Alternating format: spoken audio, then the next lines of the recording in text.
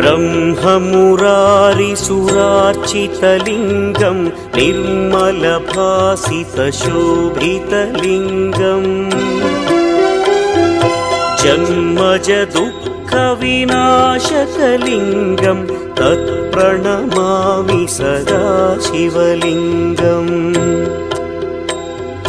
देवमुनिप्रवरार्चितलिङ्गं कामदहन करुणाकरलिङ्गम् रावणदर्पविनाशकलिङ्गं तत्प्रणमामि सदा शिवलिङ्गम्